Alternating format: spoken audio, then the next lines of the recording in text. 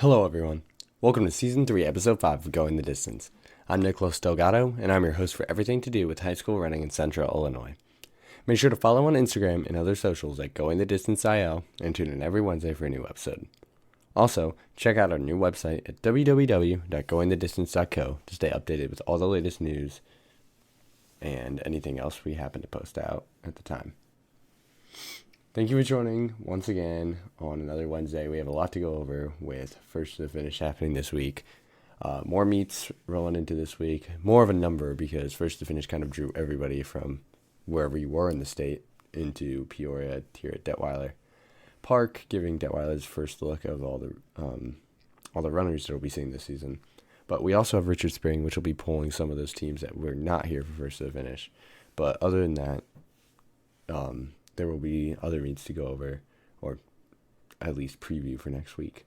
But mostly we're covering First to the Finish this week from last week, a couple of Chicago meets, and also Middle Illini pre-conference, which just happened yesterday, which was Tuesday, September 12th.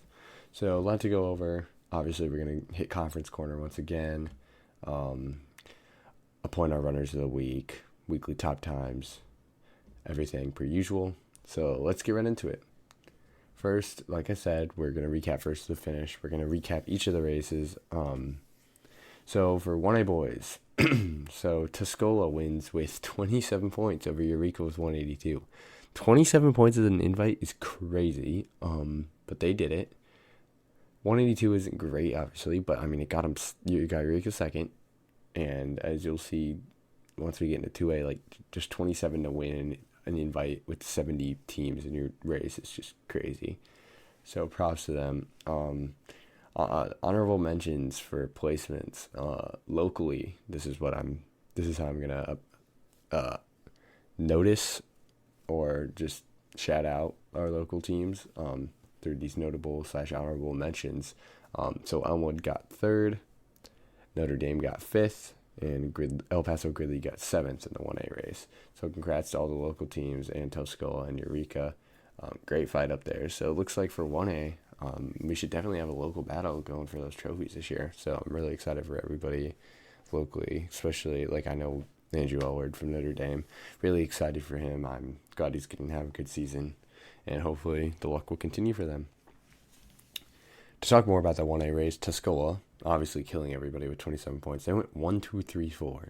They were led by Jackson Barrett, the senior, and he ran a 14:59.5, followed by his teammate Josiah Horton, also a senior, in 14:59.7. Teammates Blake McLeese, the sophomore, and Will Fultz, the senior, follow in 15:flat.4 and 15:01.1. From watching this, it was just crazy to watch. Like 4 Tuscola guys just finishing at the same time, like 15 flat. It was really just a crazy experience. I don't know if I'll ever see something like that again at such a caliber of a meet. So that was awesome. I don't know how they did it, but they have a lot of talent and are obviously I would say favorites to win 1A state. I don't know if there's any people that weren't at First to the Finish for 1A that could contest them, but as of right now, it just looks like they are taking over 1A. So congratulations to them. We'll see if anybody can put up a fight, though. It is early in the season. You don't know what could happen. Injuries could happen, or some stellar performances. But we'll see. A lot of time left before state. Still got about a little less than 2 months now, but a lot of time. The 2A race, very different than the 1A race. Glenelg and Glenbard South comes away with the win with 112 points. So see the difference there? Like 112 is like not a bad score. But Tuscola just shows off with 27. But yeah, so Glenbard South wins with 112 over Normal U High. Another local team with 127 points. Some local honorable mentions are Morton in 4th place and Washington in 9th place. Congrats to those teams. Dale Johnson, the senior Sterling, wins the 2A race in 14:28.1 over Trey Sato, the senior Grays Lake Central, in 14:43.8. Dale Johnson actually running with Ethan Hogan from Columbia for most of the time. I saw him together at the 2 mile, and then by the time they finished, Ethan Hogan was nowhere to be seen. He didn't even get second. So, or did I say Ethan? Yeah. That was a crazy race. I honestly don't know what happened in the last mile. I wasn't exactly paying attention. I was getting my splits. Like, they went back around the Detweiler loop, but great race from Dale. Like, coming off of that Galesburg, just like, not, I don't want to say slow time, but not a great time. Running a fantastic time here at Detweiler Park. Dropping off the 8:49 3,200 meter from Columbia, and he ran away with it. So congrats to him. Trey Sato also having a good race. It's just not somebody I really saw. It was only a 15-second gap, but it was, for the most of the race that I saw, it was Dale and Ethan. So I'm not quite sure what happened there. If anybody has some insight on that, I'd love to hear it. Okay, moving into the 3A race. Downers Grove North wins that race with 39 points over Plainfield North with 122 points. Downers Grove North also putting up a very impressive score. 39 is very low for a big invite like this. Cayman Vijay, the senior of Plainfield South, wins for the second time in a row in 14:23.4 over Ben Crane, the junior of Winnetka New Trier, in 14:25.3. So close race there, but Cayman reigns victorious and is a two-time 3A first to the finish king. So congratulations to him. Moving on to the Middle Illini Pre-Conference, just ran on September 12th, which was Tuesday of this week. Morton comes away with the win, 28 points over Washington with 47 and Pekin with 92. Josh Weeks, the senior of Morton, wins it in 15:26 over Fisher Rickenberger, the junior of Washington, in 15:44.9. This race was run on Canton's course. Interesting course for sure. I have to say, from being out there today for the first time, I'm getting back into running, as some of you may know.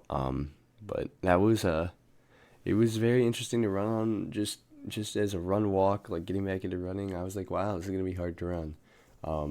Some parts were flat, and then there were some hills, and there were some, like, almost like you were running on a 45-degree bank. It was so weird, but great race actually. The splits were strange, but times translated not awful. So congrats to everybody who ran there, all the hard work being put in. Obviously it's just a pre-conference, so preview, but we'll see what actual conference has to bring in about a month. The DePaul Ram invite is a non-local meet that I did want to cover. Chicago Peyton wins with 65 points over Chicago Jones with 76 points.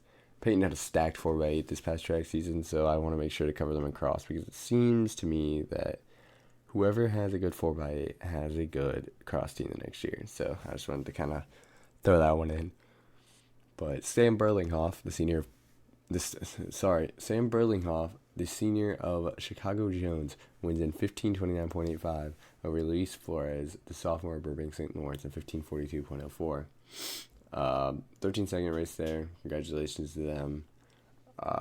Sadly for Sam Berlinghoff, he was not able to push Jones over the edge. I mean, he did all he could, but Peyton's remaining victorious there. So finally, the last meet to cover this week, also not local, it's the Lake Park Harvey Braw Classic. Wheaton Warrenville South wins with 59 points over St. Charles East with 72 points, and Chicago Lane with 85 points. This was a very close race. The junior of Huntley, Tommy Nitz, wins in 14:52.1 over Will Kozlowski.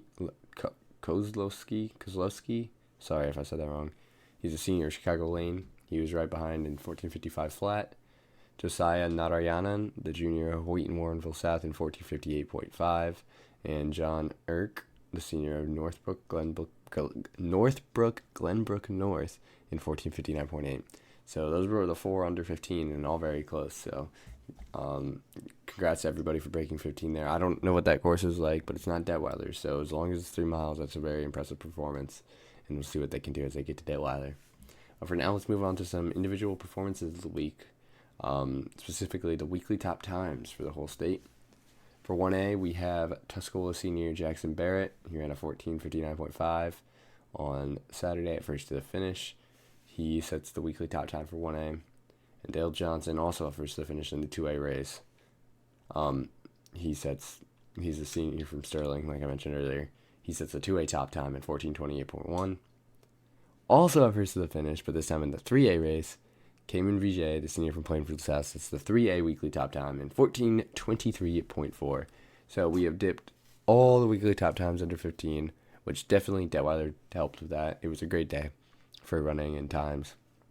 But everybody able to dip under that 15-minute barrier, and those 3 classes are showing that. We'll see if we can stay like that throughout the next weeks. But it was what can I say? The first to finish provides great times every year. So once again, Detweiler doing its job.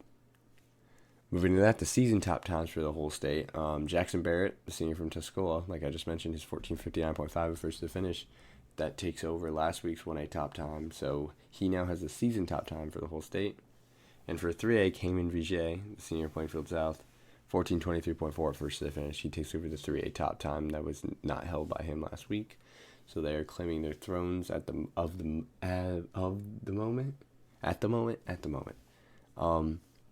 And we'll see how, as the season progresses, if anybody's able to dethrone them.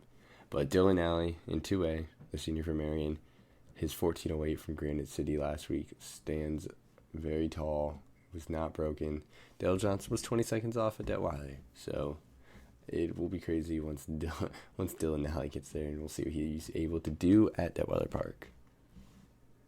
Moving into the last part of the weekly recap segment, we have runner of the week. Locally, I chose Josh Weeks, the senior from Morton. He placed 10th place in the first to the finish 2A race, and he ran a 15:08.6. He also won the Mid-Atlantic pre-conference, like I mentioned earlier. But the top 10 finish in one of the biggest meets during cross-country season is a very impressive feat. So congratulations to him. That's one of the main reasons I picked him for this week. He was the top runner by time in the area this week, and he led his team to a 4th place finish in the 2A section of this competitive meet, along with leading his team to the pre-conference championship. Statewide, I chose Cayman Vijay, the senior from Plainfield South. This seemed like a pretty obvious pick as he won first to finish 3A for the second time in a row in 14:23.4. Great time, great field, and you won it. Huge invite, under 14:30. Really not much else I could say about that. He ran a very good race too. That's also why I picked him. Just from being on the course and seeing him in different spots, he didn't just take it from the gun. He ran, I don't want to say conservative, but he ran smart, and it did lead him to the win. So congratulations to him. He also helped his team place 3rd in this competitive meet. So that's why I think he deserved it. First to the finish week, usually the runners of the week are the winners or local winners of the meet, because the meet's just so big that there's really nothing else that compares to that of that week. But congrats to both of those guys. They definitely deserved it. Great racing out of them this past week, and we'll wish them luck as the season progresses. Moving into conference quarter, the Middle Illini obviously just having their pre-conference meet, but through simulations of PRs, obviously just because the one pre-conference meet, that does not mean everybody ran their PR, right? So based on simulations on PRs, Morton 24 points, leading Washington with 42, and Dunlap with 98. Metamora with 104, Pekin with 130, and East Peoria 175, which are right behind them. Josh Weeks, the senior of Morton, leads the conference at 15:08.6 over Sam Tellefson, the senior of Washington, 15:41.4. Josh wins in the simulation. Josh wins in real life in the pre-conference. So those two match up well. As long as he can hold his title as we get closer to conference, he should be a 2-time conference champion. Morton, important thing to note here is Morton has a really strong pack. Their top 4 are in the top 7 of the conference. They're 1, 4, 5, and 6. So that's what's getting them that low simulation score. Their PRs are all right there. If they can all PR on the right day, get their pack going, it's going to be a great day for them in any meet they compete in. Moving on to the HOI, Eureka with 30 points leads El Paso Gridley with 47, and Mackinac Deer Creek with 94. Behind them is Tri-Valley with 113, Tree Mountain with 135, Hayworth with 149, and Malunk Fieldcrest with 166. Honestly, it kind of looks like, even though with only a 17-point gap, Eureka kind of has it in the bag. But things can change. But the thing that Eureka has in going for them is their depth. They just had 7 runners before El Paso's 5, I'm pretty sure, in the simulation. So Eureka can kind of afford to mess up. It is what it is.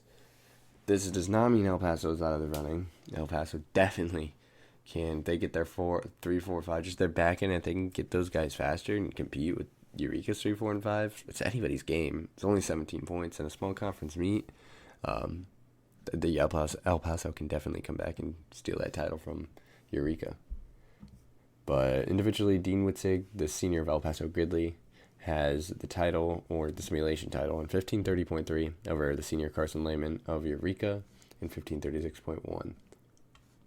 Moving on to the Big 12, Peoria Notre Dame with 56 points leads Champaign Central with 56 points.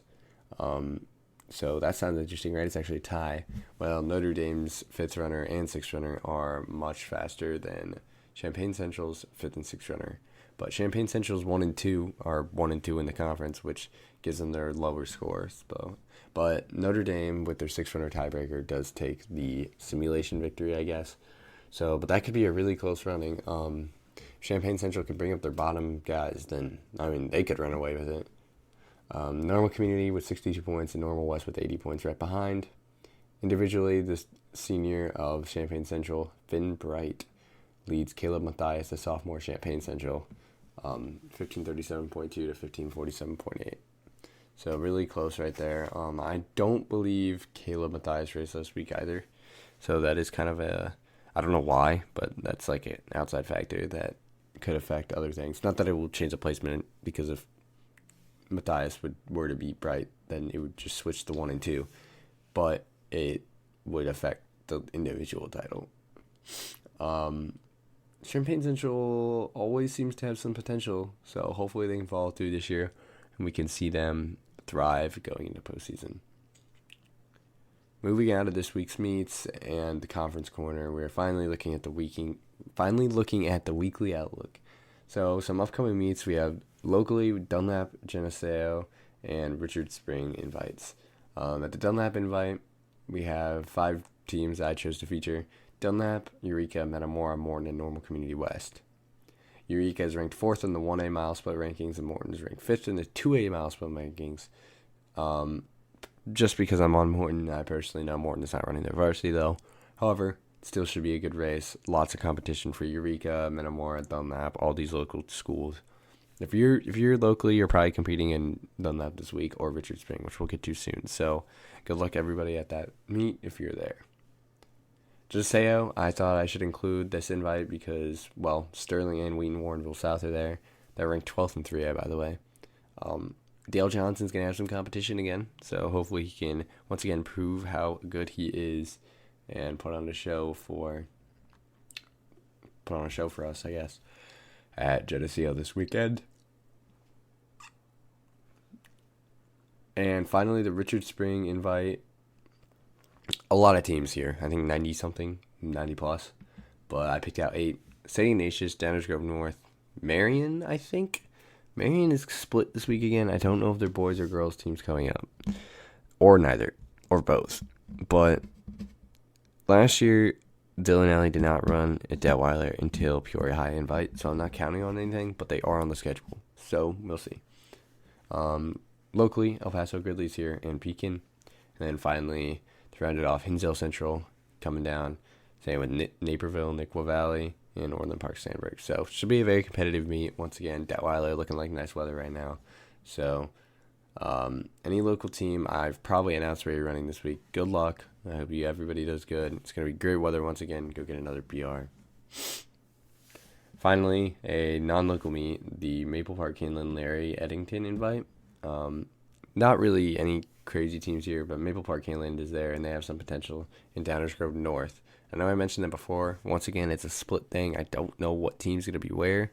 So their guys could be in Detweiler or they could be at Caneland. So we'll just have to see. But Caneland could have some good competition up there. Everybody improving their times, getting some racing experience as we prepare to get into conference season in about a month and then postseason right afterwards. Other than that, I've covered everything from the weekly outlook, conference corner, all the way up to the weekly recap of invites and times and everything that you could have gotten from this week.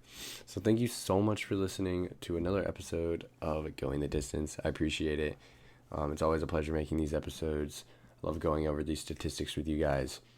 Make sure to check out our socials at Going the Distance IO, especially on our Instagram. I got a top 7 interview with the Morton varsity boys after their pre-conference victory yesterday, so that's something to go check out on our Instagram. Also, like I said at the beginning of the episode, make sure to check out our new website. Well, somewhat new at this point, but it's at www.goingthedistance.co. Make sure to check that out. It has all our information and news that you'll want to see. I hope you enjoyed this episode. Make sure to tune in next Wednesday, and I'll see you guys when you're back on this podcast. Thank you for listening. Have a great rest of your day.